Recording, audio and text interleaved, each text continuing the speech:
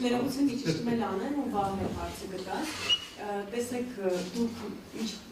այսպիսի մեկնաբանությունները ամեն դեպքում կան դաշտում, որ Նիկոլ Փաշինյանը սնվում է նախկին նախագահների, մասնավորապես Սերժ Սարգսյանի, Ռոբերտ Քոչարյանի դաշտում լինելու հանգամանքով։ Եթե նրանք մտնում են ընտրապայքարի մեջ, այդ դեպքում Նիկոլ Փաշինյանի շանսերը մեծանում են։ Օրինակ, երբ որ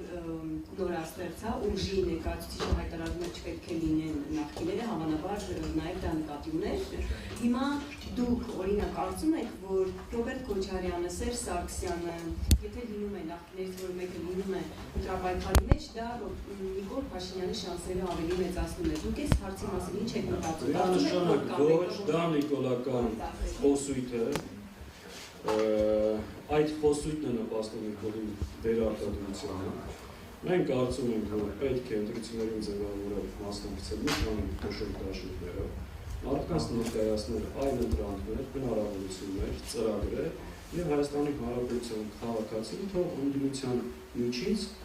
ընտրի, որ թիմն է, որ ինչ ծրագիրն է, որ կարող է երկիրը այս իրավիճակից դուրս բերել։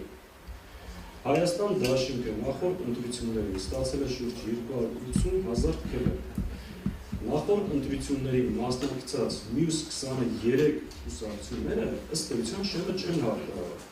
Եվ որևէ մեկը այդ բարոյական, քաղաքական իրավունքը չունի այդ պահանջով հանդես գալ։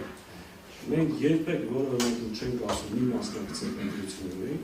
ընդհակառակը շատ անկեղծ հայտարարում ենք, որ շահագրգռված ենք, հետաքրքրված ենք, նաև նոր ձևավորվող ուժերը կարողանան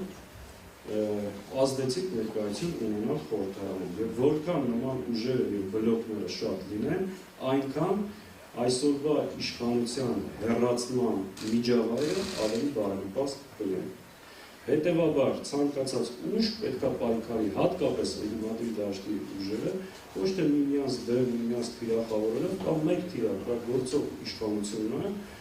իսկ մրցակցությունը միմյանց քննադատությունը շատ նորմալ է վերաբերվում եւ այդ ազատ մրցակցության պայմաններում այդ հնարավորությունը մեր հանրությանը այլընտրանքներ առաջարկել եւ ժողովուրդը թող կողմնորոշվի հին, նոր եւ մնացած ներկայացված ուժերի մեջ։ Պարոն Սաղաթելյան